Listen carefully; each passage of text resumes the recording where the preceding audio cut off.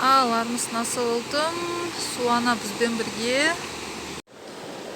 Бүгін бейсенбі, табиғат аясындамыз. Алдағы демалыстар, алдағы 2-3 күн не күтіп тұр? Соны бір қарап жүрейік.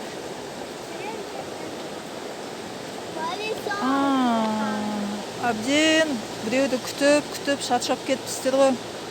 Өздеріңіз өмірлеріңізді қолға алайын дедіңіздер ғой. Өте дұрыс шешім. Біреуді күтіп отырудың қажет жоқ.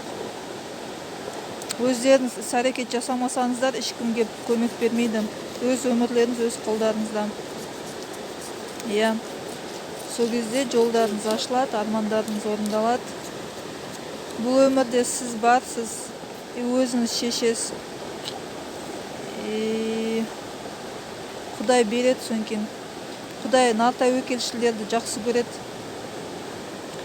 Анау Полат Әлемдардың мақалы бар еді ғой, жалтақтағандардың, жалтақтап қалғандардың қаһарман бола алмас деп. Сол сияқты Құдай нар тәуекелшілерді жақсы көреді.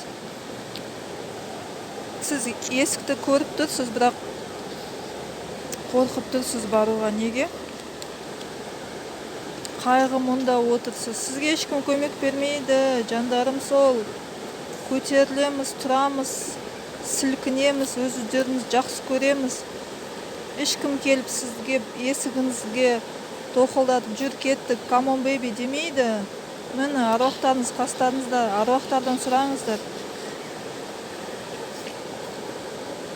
Сіз отырсыз, жылап, қашан болады деп. Ешқашан болмайды, өзіңіз әрекет етпесеңіз. Мені қорқып отырсыздар. Өз-өздеріңіз жақсы көріңіздер.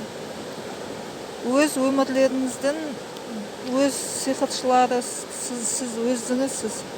Бүкіл күш, бүкіл өнер, бүкіл қасиет өздеріңізде. Сіздер жол таппаймын, біреу көмек беру керек дейді. Ешкім келмейді, ешкім көмек бермейді. Міне қайғы, мұң, қасірет. Анау не, мынау не.